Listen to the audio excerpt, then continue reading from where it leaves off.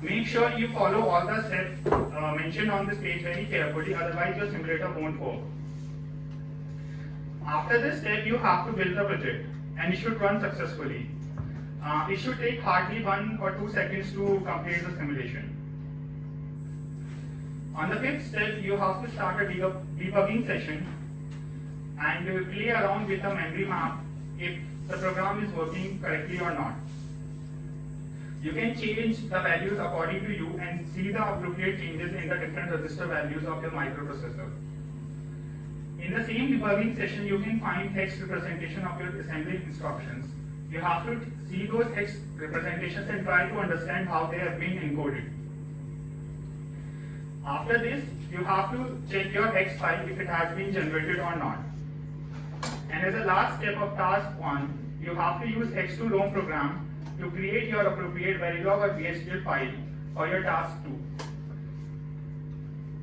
To see how this X2ROM program works, you can refer to this section, ARM programming and then converting .x to ROM initialization code.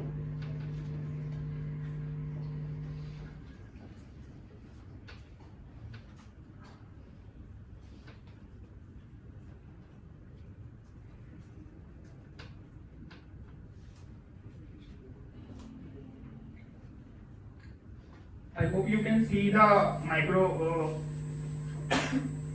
I hope you can see the Keel Vision window. This is a sample program that I have already loaded in this project. The blue one shows the assembly instructions. You have to try to understand these instructions based on the comments.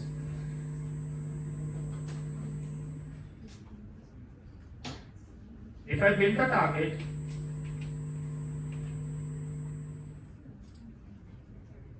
you can see the target has been generated successfully and it almost takes a second or 2 seconds.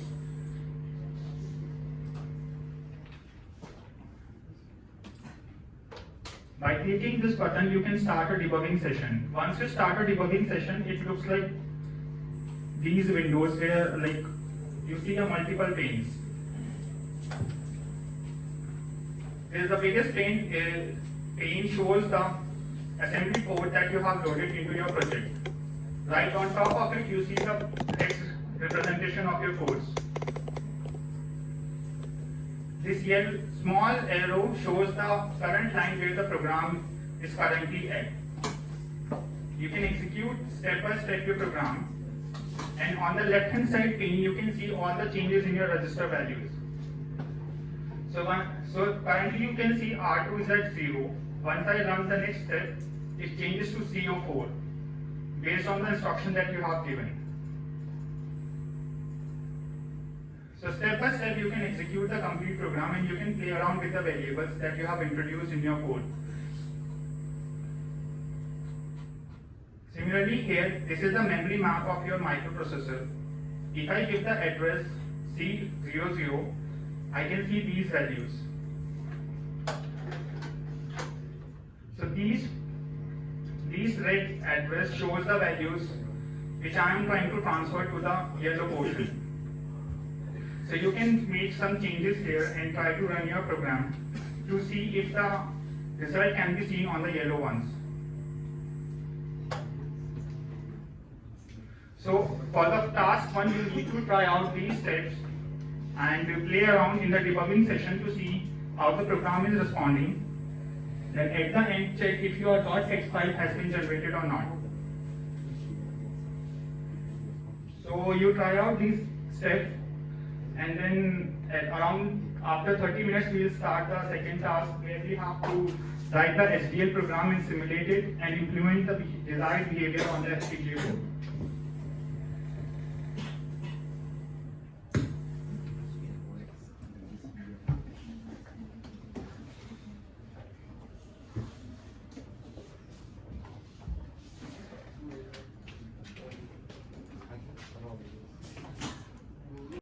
Debugger session, and my program counter is at the very first instruction, which is load R12 LEDs.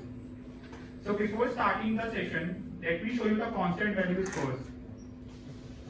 At the bottom of the program, we have defined that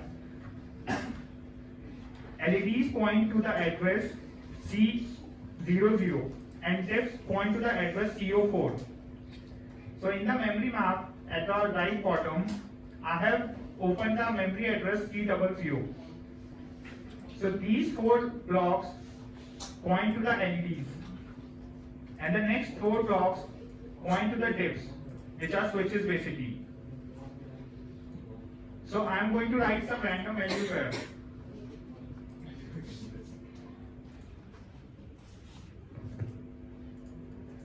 On the left hand side, we can see all the register values. So as I execute the program line by line, we can see the values being updated here. So let us see the first instruction. It says load LED's value to the R1. So after executing the first step, we see that the R1 has been populated by this value, C00. Now the second instruction says load dips value to R2. When I execute that, the R2 is populated by this address. Now I have defined another constant, which is delay value. You can see its value is 2. When I execute the next step, which is basically load the value of delay value in R3, the R3 is populated by 2 here. Next step is load the contents in R4 from the address of R2. Now R2 has the address of dips.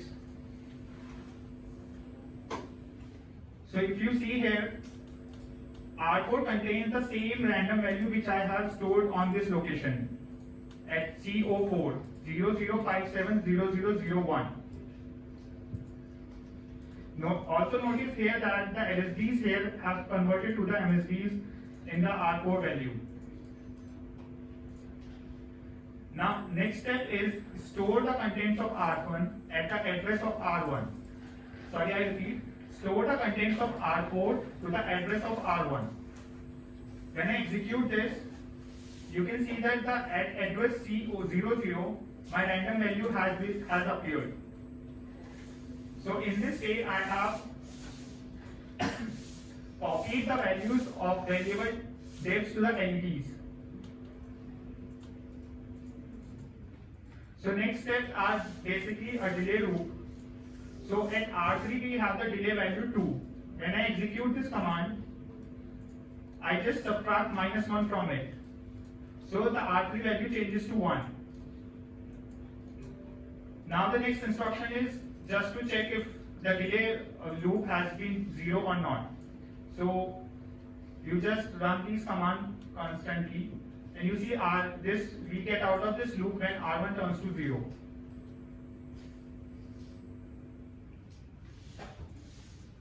So now you can decode the further instructions. These instructions are just for your reference so that you can learn. The main task of this program was to store the value of DIPs to LEDs. So in this way you can debug your assembly programs for further labs where you design your assembly programs to test the behavioral HDL code to be implemented on FPGA.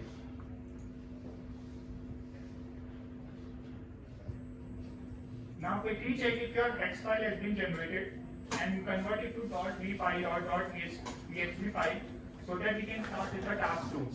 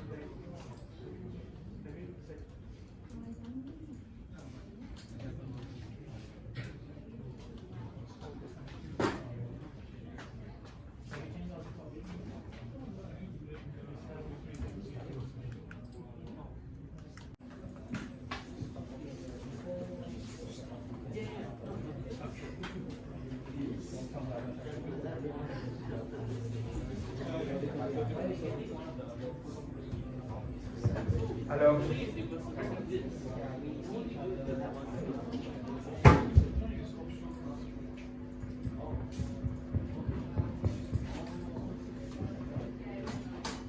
Hello. So let's do the take two. So let us start the task 2 here.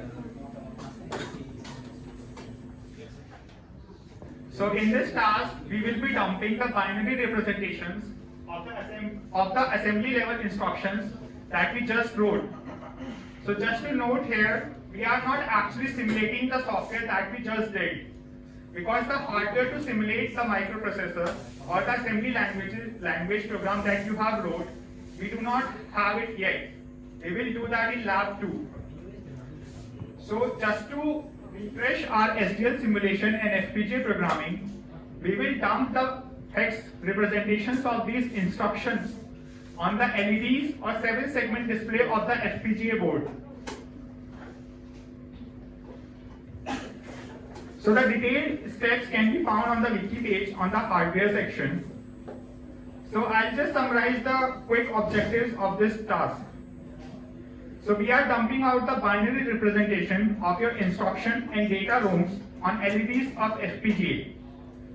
These instruction and data ROMs you have just generated using X2ROM. So as each location contains 32 bits, but we have only 16 LEDs on our development board, we will display them in consecutive clock cycles with the most significant half word first. The rate of the display should be approximately, it's not a hard requirement.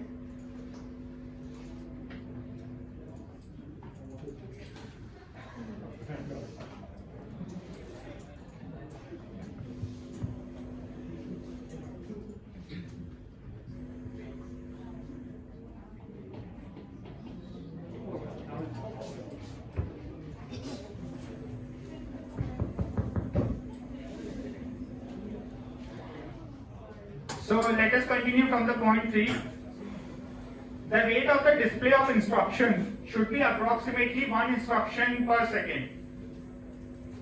When the instruction ROM display has been completed, you need to display the contents of data ROM, and this should happen in an infinite loop.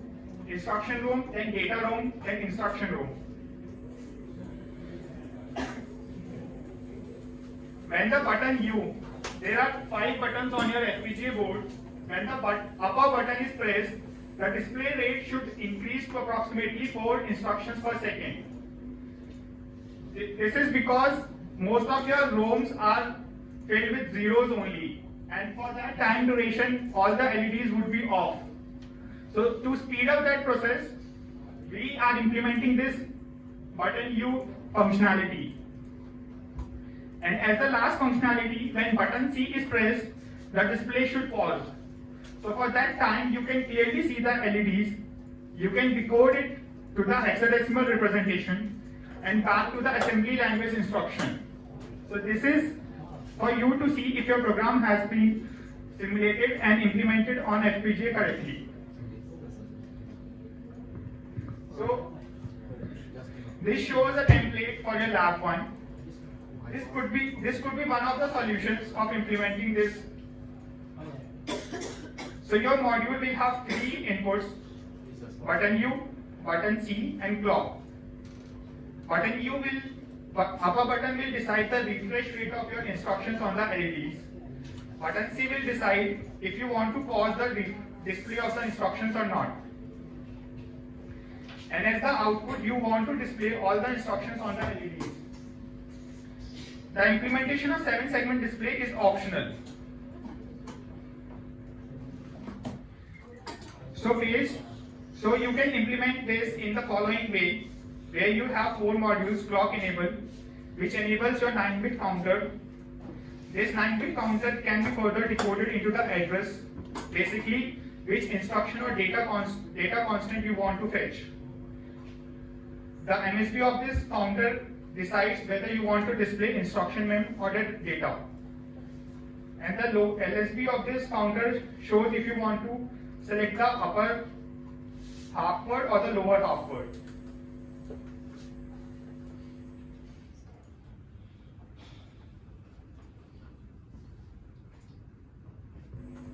So there are some hints for you to complete this task. First of all, you can download the Verilog or VSTL templates from the wiki. It's not compulsory to use the template files. You can write on your own code as well.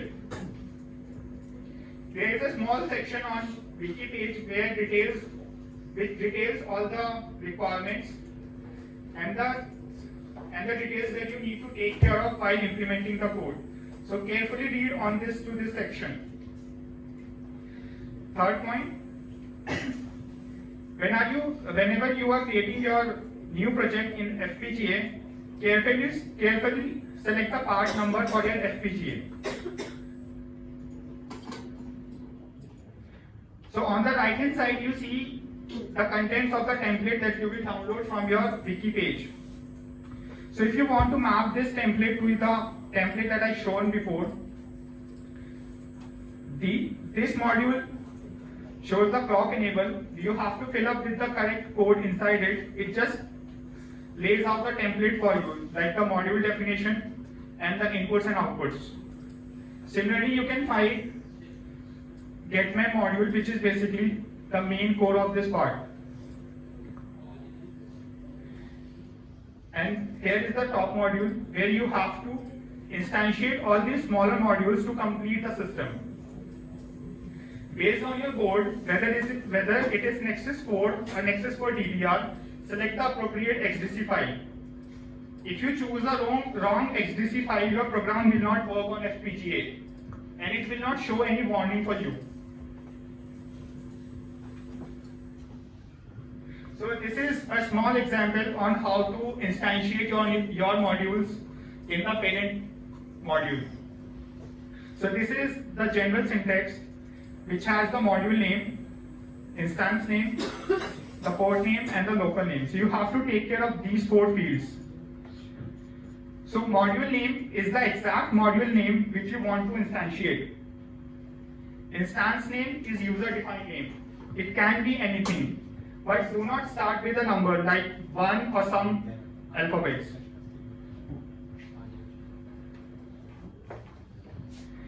Next comes the port name. It is one of the names from the input-output list of the module that you want to instantiate. And the fourth is the local signal name. It is the name of the wire or register in parent module that you want to connect to the specified port. Let us take an example. From the lab 1 template, I have taken the module clock enable, and it has its input-output clock, button Q, button C, and enable. You can see it here. Now you want to instantiate this clock enable module in the top module to combine everything. So second, I show the definition of the parent module top and its input and output. And at the bottom you can see the module instantiation of clock enable. So I follow the same syntax. First, clock enable, which is exactly the same as the child module. Then I define the user defined name, my clock enable. It can be anything. After that comes the port list. The syntax is dot, then the port name. So I pick up the first port, clock. And in the parenthesis, I write the local wire register name. So in the top module, I want to connect this clock. So I write this clock. So similarly, you can write all the 4 ports. So if you see here for the last one,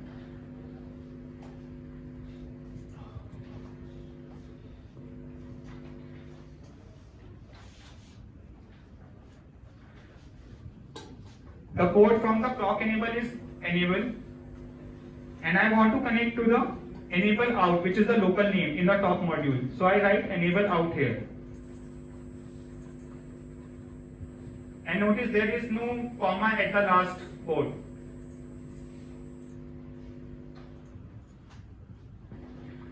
So this is again a slide to show you on how to select your part number whenever you create a new project in FPGA. So this is your FPGA board. These are buttons. This is upper and center. And these are the LEDs where you have to show the instructions.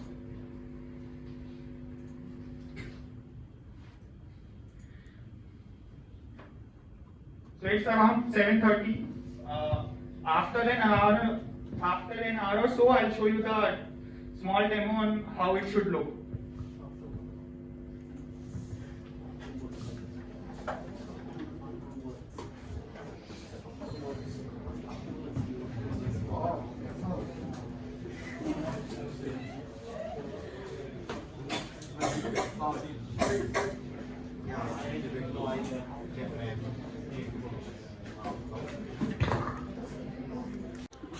Sorry. Okay. And the LEDs start glowing up again. Right, so you just need to implement this. Like this screw it. And after every regular Right. your LEDs Okay glow. 了。也尽量买啦，可以。 Everything is paused. So if I see just for 7 seconds, it's like it says I don't 17 think I can see instructions and it's on the upper side. Okay. Right? You just need to Then you know, implement like this LED. numbers on the camera, it will like Oh yeah. it will have So you some don't have to worry if it's all like zero that. because all of your memory is zero for most of the time. Okay. So LEDs will be stopped. Right? So it's don't feel like it's not working or something. Okay. Okay.